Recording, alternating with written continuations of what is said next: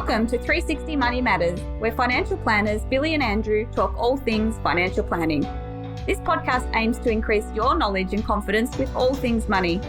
Each week, they will cover topics like wealth creation strategies, investment principles, creating passive income, paying off your debt faster, and much, much more, so you can live a life on your terms without limits.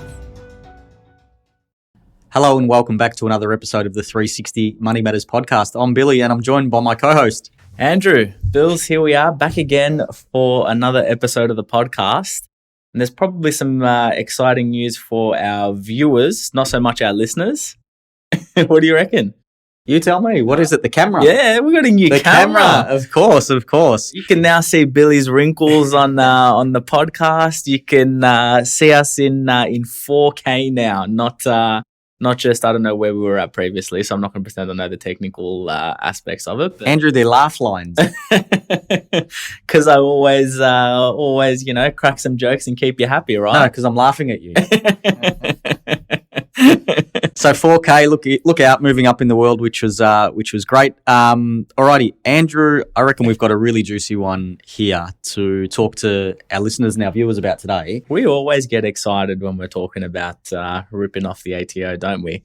It's not ripping off the ATO. Well, I didn't say that it was illegally ripping off. It's taking advantage of our expertise and the system, the taxation system, to be able to pay less tax, to be able to pay less tax at a particular point in time if the stars align for you in that circumstance. All right, enough of a teaser. What are we talking about? We're talking about a transition to retirement strategy. We're talking about utilizing this post age 60, still working, and utilizing this strategy to save tax. But before we jump into the juicy stuff, Bills, give us a bit of a rundown. What's a transition to retirement? What was the original intention? Because I don't think the government's intention was to give people I don't want to say tax loophole because that makes it sound very illegal, but an arbitrage opportunity from a tax side of things. Good way to call a loophole, an arbitrage. But tell us, Billy, what was the original intention of this other than, fancy financial advisors finding a way to save people tax? I'm going to go off on a tangent here just quickly. I mean, look, the word loophole, if people know that it's a loophole, like you'd close it? Maybe. I mean, the loophole doesn't mean that people don't know about it. It just means that it's a loophole. I don't know. Anyway, got a negative connotation attached to it though, doesn't it? But if it's a known way to get an advantage, or then I guess what? It's not a loophole. It's just anyway. Just a hole. All right, so we're going completely off on a tangent here. I think I need another coffee, but let's bring it back on track. So essentially, superannuation sort of big overview. Your working career, you're contributing to your superannuation fund. Traditionally, I guess, or the way that a lot of people think about it is at a particular point in time, you turn around and say, okay, I have finished working. I am no longer contributing to super. I've now actually started to take money out in the form of either a lump sum or a pension in order to supplement and support my income needs in retirement. The government recognised a little while back, and I'm sure this was one of the motivators for it, but if we were transitioning from working full-time to full-time retirement rather than being semi-retired, the workforce was losing potentially valuable members of society who were contributing. So there's, I guess, the loss of knowledge as people start to retire. That's potentially one thing. The second thing is, and I think this is probably a bigger driver for the government, is that you no longer become a taxpayer in the traditional sense where you're earning income.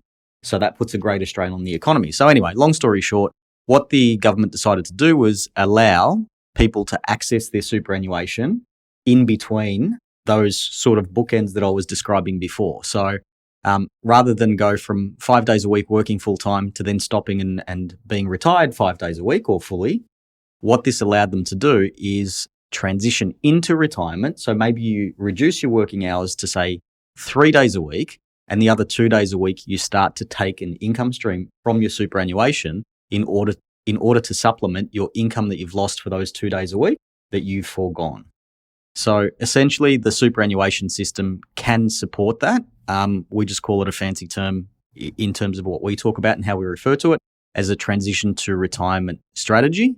And what we're going to describe today is using that framework to be able to take advantage of the tax arbitrage that exists, which we'll go into in some detail, and how we can really utilize this as an opportunity to, well, there's a few different outcomes, but ultimately it means increasing your wealth in some form, some way, shape or form across the board. But yeah, essentially that's what we'll be talking about today, and that's what it is. Yeah. So I think the mechanism behind it, which will maybe either make a little bit more sense or maybe muddies the waters even more.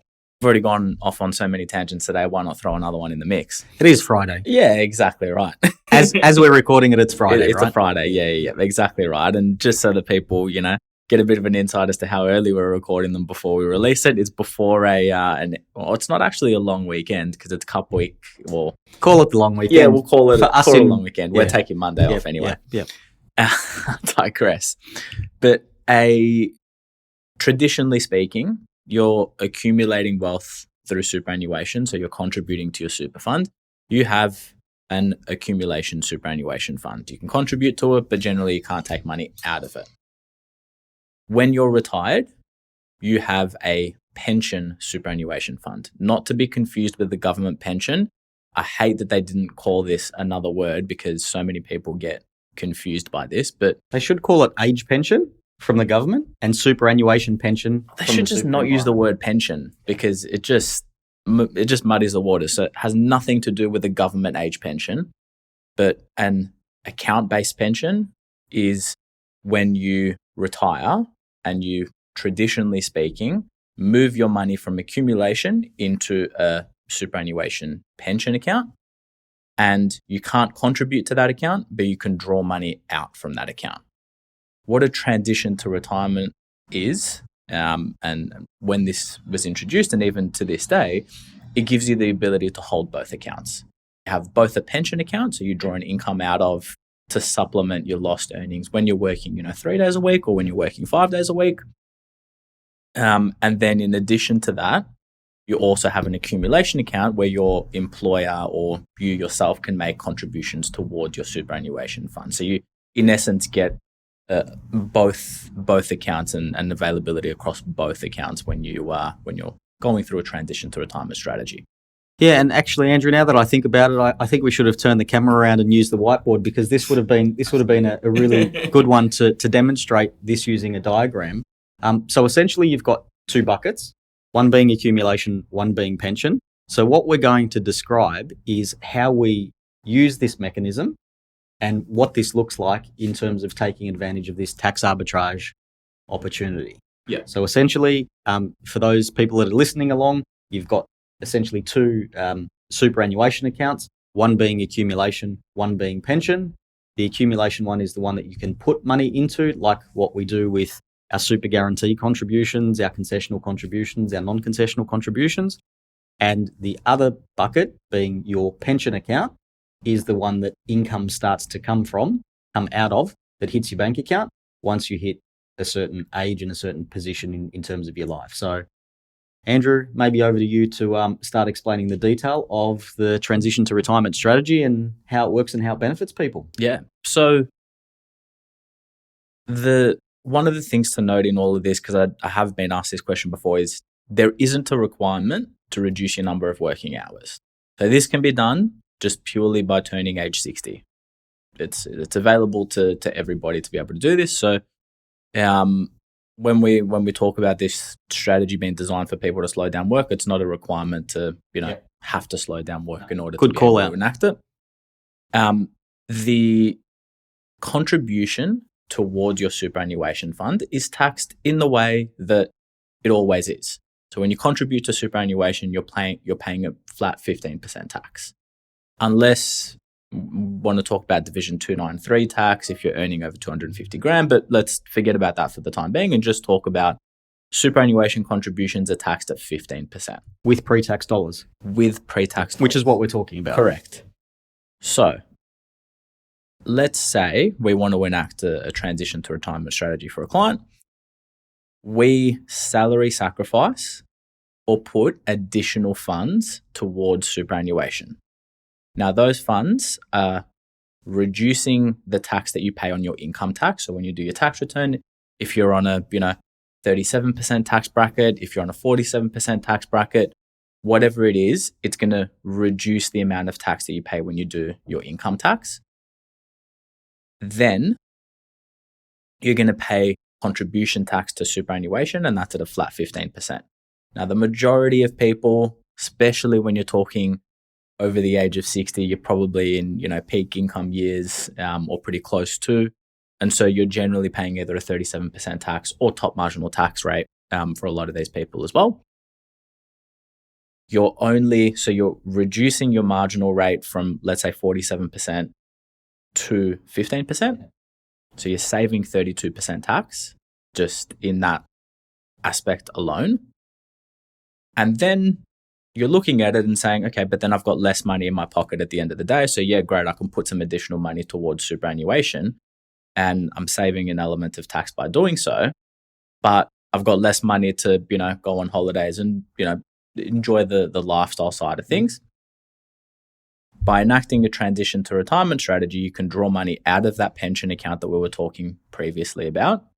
And the tax rate on the income that you take out of your pension account. Do we want a drum roll? You're a drum roll. Drum roll, please. 0% tax. Say that again with a drum roll, please. You are paying zero tax on the money that you take out of your pension account. And so in essence, what you're doing is, and it doesn't quite work as simply as this, because you need to have balances in each account in order to make this happen. But you put money into superannuation and you save, let's say, 32% tax. Your top marginal tax rate, less 15%. So you're saving 32% in tax by salary sacrificing additional money towards super. So that 32% saving is on the amount that you contribute. Correct. And then you draw money out and you're paying zero tax on that. So effectively, any additional dollar that you can put in this scenario into superannuation, you're saving 32% tax. Yeah. And you're getting no difference in the amount of money that you receive in your bank account. So you're still receiving the same money in your bank account, you're salary sacrificing, the next day you're drawing money out. So there's no difference to your cash flow, there's no difference to your lifestyle. The only difference is that you've got an additional 32% of every dollar that you've done or that you've contributed towards this strategy. Now, the tax saving can be held in two ways, and it's completely up to you.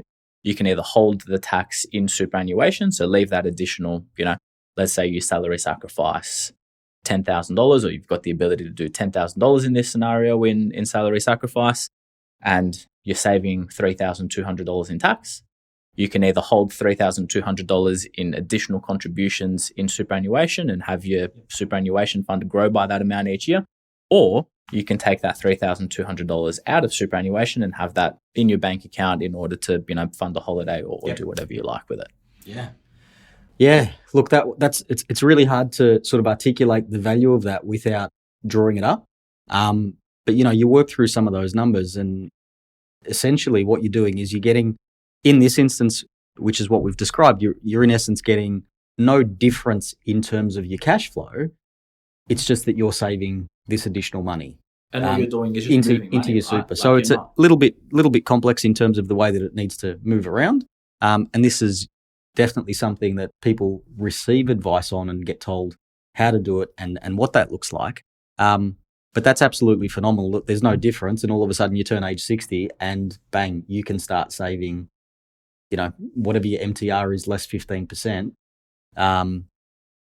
The difference between the two and have no impact is absolutely huge. Now, the scenario that you described before was in the position where the cash flow for that individual is exactly the same. But we can also change that depending on what the cash flow requirements are as well too. So Andrew, you want to give us some detail? Maybe somebody needs less cash. What does that look like? Because that then represents a greater opportunity as well too. Yeah, absolutely. So let's say somebody, needs less cash in their cash flow and you don't want to keep the cash flow position neutral. well, then you just salary sacrifice even more. So rather than in that scenario, salary sacrificing $10,000 and drawing $10,000 out, you can salary sacrifice up to your limit. And that might be $17,000 or $20,000 and still only take $10,000 out. And so your tax saving in that scenario is greater. And yes, your cash flow is less as a result of it. You don't need that additional cash flow. And if you did need additional amounts of money, you've got access to 10% of your superannuation balance if you're age over 60 and still working. So if you've got a $30,000 or $300,000 superannuation balance, you can take out of that $30,000 every single year. So even if you were putting additional money towards super, you've got access to a portion of your funds anyway. It's not like traditionally speaking, where we talk to clients about, great, superannuation is great from a tax perspective. However, there's some limitations around when you can access it. You're really starting to be able to access those funds irrespective. And so it's really just tax benefit without the necessary risk associated. I think what would be good, because there is some restrictions around a few different things, how much money we can put in from a concessional contribution. So if you kind of follow the diagram around, how much can you put in? The maximum amount that you can take out, we might just reiterate that. You mentioned it was 10% before. And also once you start a pension, what's the minimum amount that you need to draw out? Because once you start, there are some minimums and maximums that you need to abide by. So we're actually working within the confines of the superannuation system and the superannuation laws. So maybe just give us a bit of a rundown of what that looks like, just to inform our viewers and our listeners a little bit more around some of the parameters that we need to work in. Yeah, so there's a few limitations to how far you can enact this strategy and how far you can go with it. The contribution amount that you can put into superannuation, so maximum amount in concessional contributions, is $27,500 per year. That's inclusive of your employer contributions. So let's say your employer is paying you, SGC or your standard super contributions of $10,000 a year. Well, you've got $17,500 that you can salary sacrifice or make concessional contributions to enact this transition to retirement strategy. However, recently we've also had catch-up concessional contributions. So that means, let's say in previous years you had a $27,500 limit, you only used $10,000, you've got $17,500 left over that you can use at a particular financial year in the future. So you can look back 5 years worth of unused concessional contributions and bring that all within 1 year. So one of the strategies that we recently enacted for a client meant that we were putting $60,000 into superannuation in 1 year. And in essence, they had earned $80,000 for that entire financial year. They paid zero income tax. Yeah. So when we're talking about those kinds of numbers and enacting this strategy for someone in that scenario, it's ridiculous in terms of the amount of tax that you're saving. You're talking about tens of thousands of dollars in tax saving. But the limitation on contributions is $27,500 per year, inclusive of your employer contributions, and then also looking back 5 years worth of your catch-up concessional contributions as well. Yeah, and I guess the only other caveat that sits around that is that your superannuation balance needs to be below $500,000 in order to be able to do that as well. Yeah, so this is for the catch-up concessional contributions. You got to be under $500,000. But if you're only acting within the confines of $27,500, even if you've got over $500,000, you can still enact a transition to retirement strategy. So money going in, $27,500 is the concessional contribution limit, with the understanding that if you haven't contributed your entire cap for that rolling 5-year period and your balance is less than $500,000, you can catch that up. So that's a really good opportunity. And once again, really from that perspective and using that example of that strategy that we did recently, that's a bit of a play on the lump sum amount of money that they had from a cash flow perspective and the like. But paying zero income tax in that year, absolutely massive. And it also gave them the ability to boost their superannuation. So we understand the limits of the money going in. Andrew, what about on the other side of the equation in terms of what we're limited to and what we need to do with the money coming out? Yep. So money coming out, you're limited to 10% of the balance. So maximum amount that you can withdraw if you're over 60 and still working. There's a distinction in working or not working, but if you're over 60 and still working, maximum amount that you can draw out is 10% of the balance. So let's say you've got 400 grand in a pension account. Well, you can take out 40 grand a year from that account, and it's per financial year. So let's say you're enacting, or let's say you're looking at this on the 29th of June, or you can take out 49,000 on the 29th of June, 40,000 on the 29th of June, and then 10% of the balance on the 2nd of July as well. So it all goes by financial year. Yeah, so it's essentially 10% of your balance at the start of the financial year. Correct. Yep, is the number, but you can take it out at any particular point in that financial year. Correct. Yep. The minimum amount that you can take out is 4% of the balance as well. So let's say you've got $100,000 in superannuation, you have to take out the minimum amount of $4,000 per financial year. A lot of people get caught out if you're looking at like a self-managed super fund and there's money that's sitting in a pension account. It's really easy to miss the minimum. Whereas most superannuation providers, where there's a trustee that's sitting behind it, usually they're kicking it out if you haven't met the minimum regardless, just to make sure that you're staying within the limits of the superannuation laws. Yeah, and on that SMSF one, what I've seen, because most superannuation, most self-managed super funds have an investment account where the bulk of the money is invested and there's a bank account attached to it. What I tend to see is that money's being pushed to the bank account, but that's still within the SMSF environment. So when you're talking about needing to meet the minimum drawdown requirements for a particular year, it actually has to come out of the self-managed super fund, out of the superannuation system.